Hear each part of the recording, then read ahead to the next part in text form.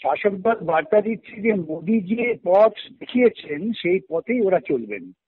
এই সাংবাদিকদের গ্রেপ্তার করা, তাদের ভয় দেখানো, এটা হচ্ছে মোদীর নির্দেশিত পথ। আজকেই দেখবেন একটি পত্রিকায় আছে যে এডিটার্স গিল্ড, তারা সম্মিলিতভাবে প্রতিবাদ করেছেন যেভাবে সংবাদ পরিবেশনের ক্ষেত্রে সরকার নিয়ন্ত্রণ আনার চেষ্টা করছে তার বিরুদ্ধে। এই রাজ্যেও যখন স্বাধীন সাংবাদিকতা কেউ করবে তখন তার বিরুদ্ধে পুলিশ গ্রেপ্তার করবে, থ্রেট দেবে। ইতিপূর্বে বহু এইরকম আপনাদের মতো যারা ছোটখাটো ইউটিউবার বা ইউটিউব বা ডিজিটাল মিডিয়া পরিচালনা করেন তাদের থানায় ডেকে পাঠানো হয়েছে, ভয় দেখানো হয়েছে।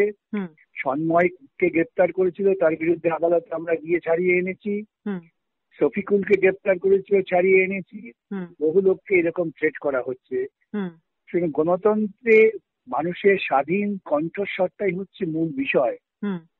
সেটাকে ধ্বংস করার জন্য মোদী এবং মমতা একই পথে চলেছেন।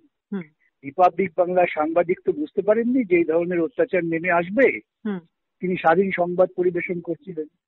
এখন তাকে বাঁচাবার জন্য রিপাবলিকের মালিক আদৌ উৎসাহ দেখাবেন কিনা এই নিয়ে আমার সন্দেহ আছে।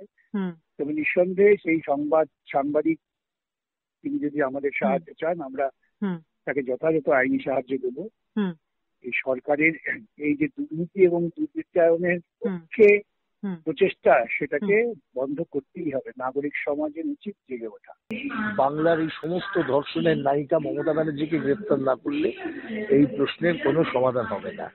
এক, দুই, সন্তু পান হন আর XYZ যে কেউ হন না কেন, সাংবাদিকের কাজ করবেন।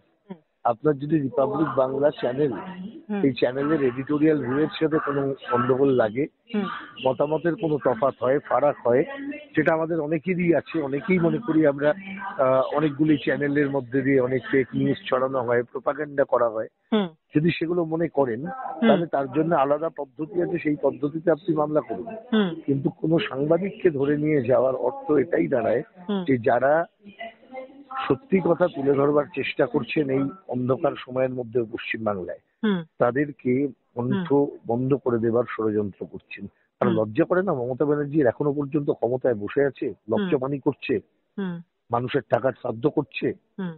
একটা রেপিস্টকে ধরতে পারে না যে মমতা গভর্নমেন্ট, সেই গভর্নমেন্ট সাংবাদিকদেরকে ধরে তারা এখন ভয় দেখাচ্ছে, স্মৃতি সঞ্চার করতে চাইছে এবং যাতে করে এই খবর না বেরোয় সেই চেষ্টা করছে।